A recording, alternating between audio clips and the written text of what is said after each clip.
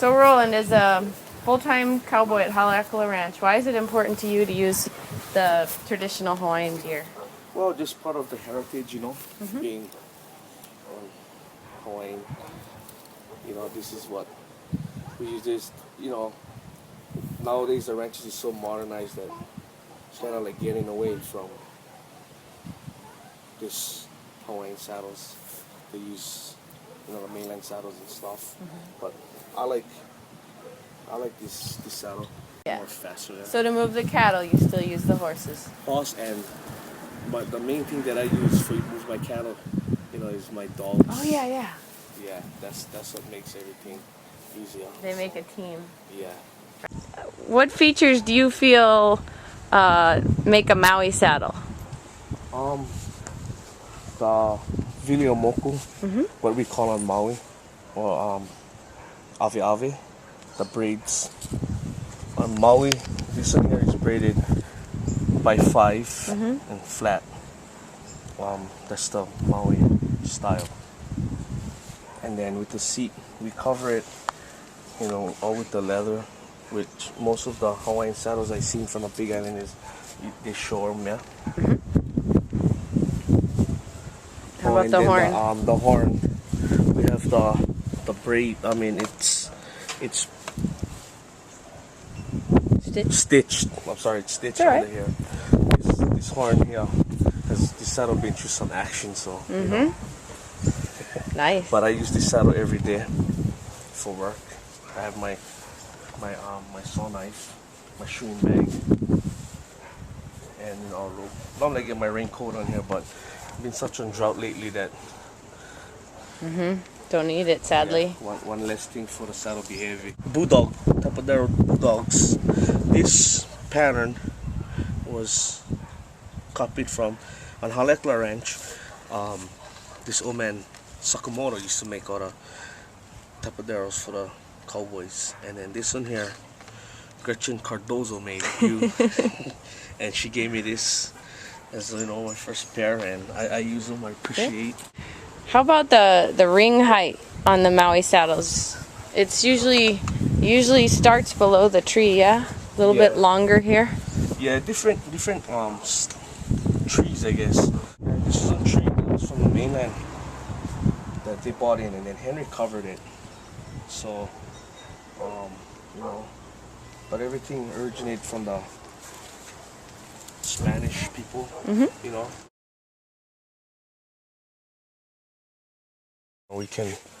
You can leave this, you can put The it slack like right that. there. And then if you time for hammer, you just pull them out. I like that. It's like quick release. Yeah, but that's how it was taught here on Haleakala Ranch. That's pretty cool. Thanks for sharing that.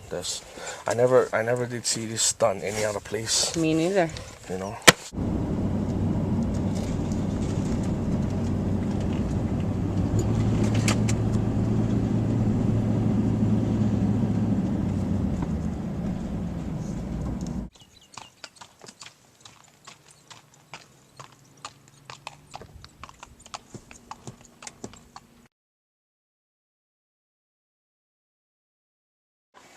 I don't think there's much difference in the covering between people. It's only in the braid.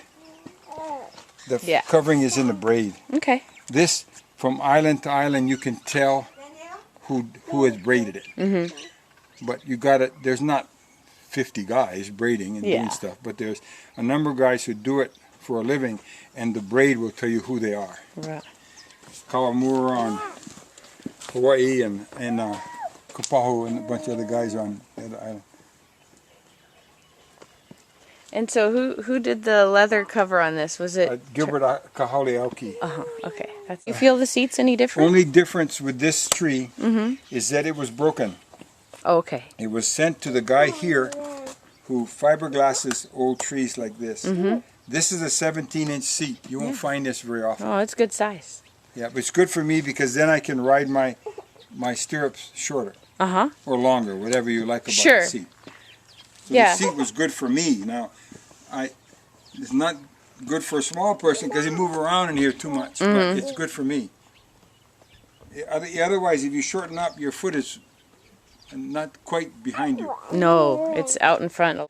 This tree old. This tree is from Kauai, I think. Okay. But when we looked at it before we fiberglassed the part that was broken over here because it was thrown away. This came from Parker Ranch, the guy said. Oh, okay. The tree came from Parker Ranch. It looks like a Parker Ranch tree.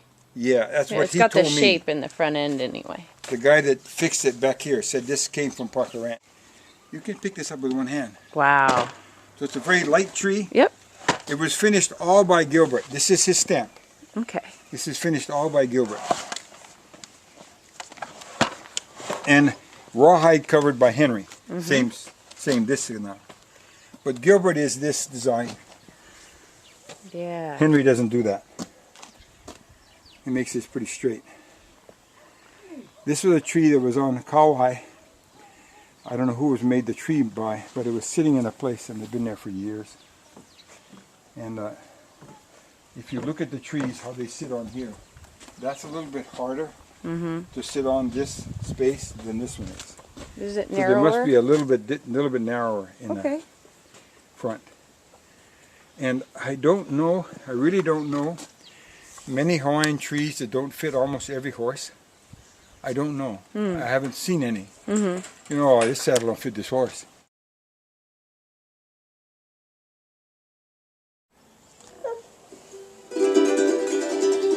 Oh, never mind. Oh, inabu waikino. Oh, makaka o kalaili. Iluna o kapukana kaleonu. E holo he ike kani ona hanu. Oh, never mind. Oh, inapu ahikino. Oh, never mind. Oh, inapu ahikino. Oh, haihui iwala. Kamana o ebua uawaiana.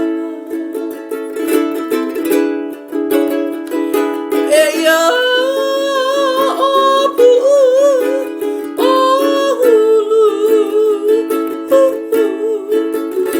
Hulu nova wai wahikino.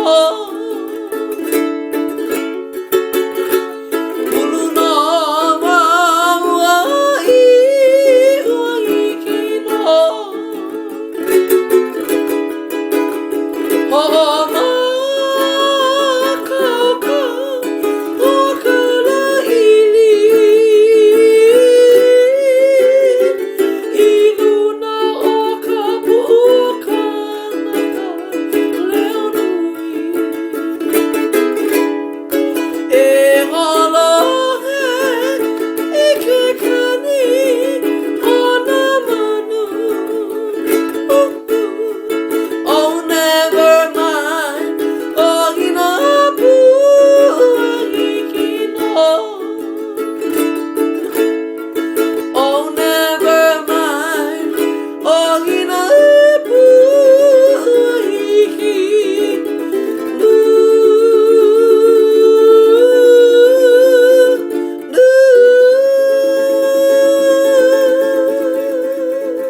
Kaulaili, mahalo. Hi, this is Peter Baldwin, and this is a saddle that I've had for, probably pretty close to 50 years. The tree is a tree that Yutaka Kimura gave me, and I think I understand that this was a Parker Ranch tree, and he gave this to me in the 1960s, as I remember. And what we're looking at here is the second time this saddle was covered.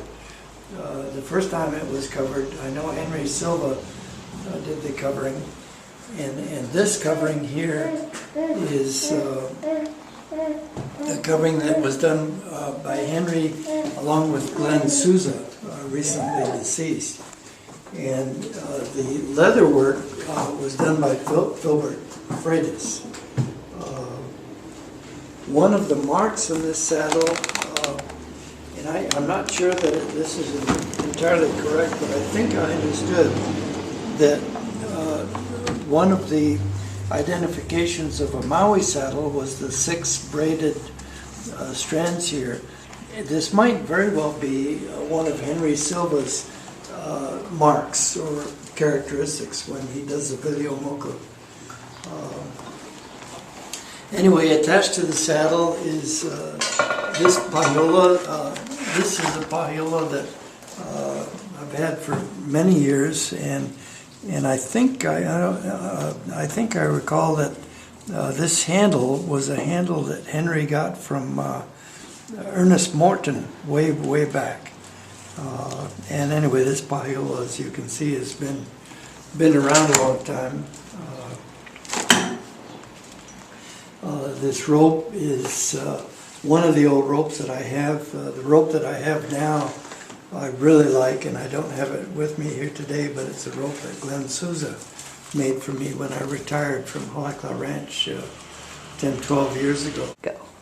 Okay, these tapaderos were on the saddle for all the years that I used it, and one of the things that Sonny Boy Manoa and I always joked about at Hawaiian Ranch is we had to get a hoist in the saddle room at the stable, because this saddle, as I got older, just got heavier and heavier and heavier. And I had these tapaderos on for many years, and then when the saddle got a little hard to lift, I changed the stirrups, and I think these are tapaderos. I'm going to guess that this was also something that Filbert Freitas made for the saddle, but I'm not really sure about that. This seat is a great seat. The seat that was on this saddle prior to this has my spur rowels marks coming right up on the side of it, right across the saddle. And I remember exactly where that was. That was down in Whakapoipoi. And I roped, as a young guy, I roped a big heavy cow, and the saddle kind of went on the side of the horse, and the horse made some bad moves, and of course I was on the ground on the left side, and that's why my spur mark came over the top of the saddle.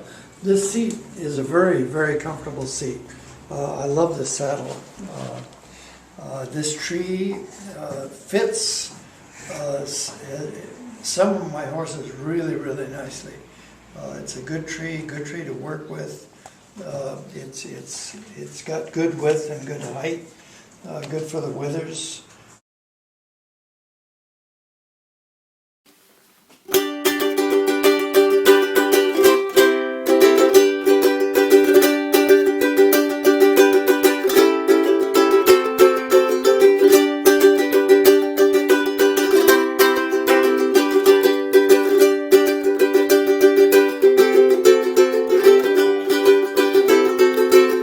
Ride, ride, bunny, all right, bunny, all right.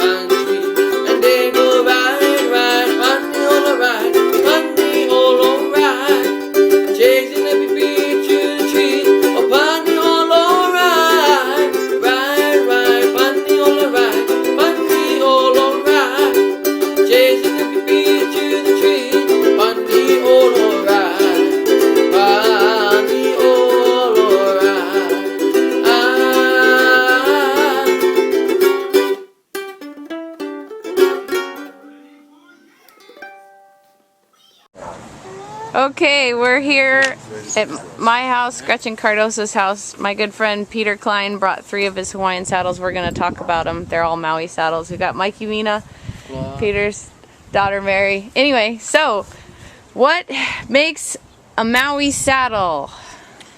Well, I'm not going to say what makes a Maui saddle, but I'm just going to say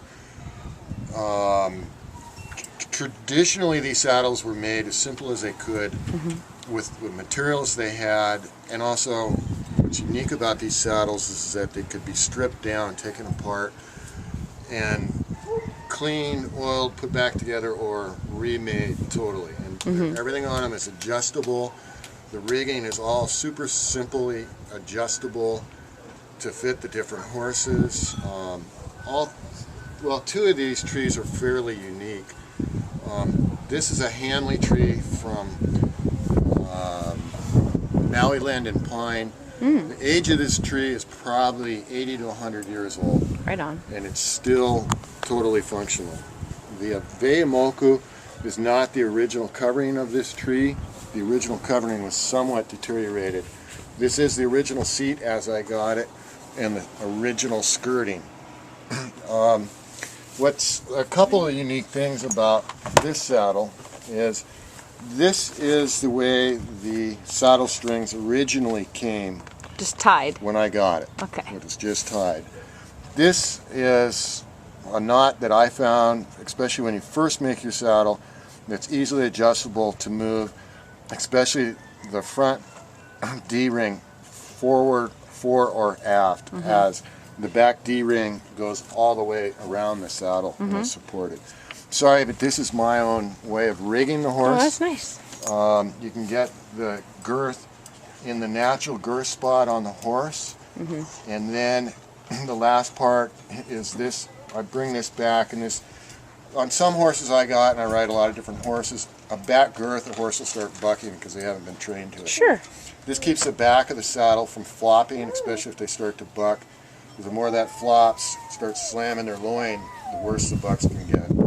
I ride my mule in this, and I also have a small quarter horse I ride. All 3 of these saddles, I've never had any problem with back sores, but in any saddle, you always have to check. Saddle. Peter Baldwin brought in these trees about 10 years ago. This saddle was going to get thrown away. Rats had ate off the top here. The skirting was all cracked. There was no stirrup leathers. Interesting part about this saddle is Peter Baldwin brought these saddles in. Henry Silva did the ve'amoku, and then Filbert Freitas did the rest of the covering of the saddle. The thing that is interesting about some of the new work and the older work is on the true, I feel, now maybe this is just me, but I feel that the original saddles, I was taught, you do not put nails or screws in your saddle at all. This is held on by nails underneath, and of course they used, so they didn't have to use so much leather.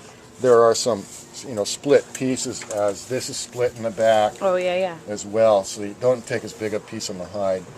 But this is the 3rd saddle I have also that's made by Filbert Freitas, and my other 2 saddles we like just as much. Cool. And anyway, that's about that for this saddle. Total piece of junk.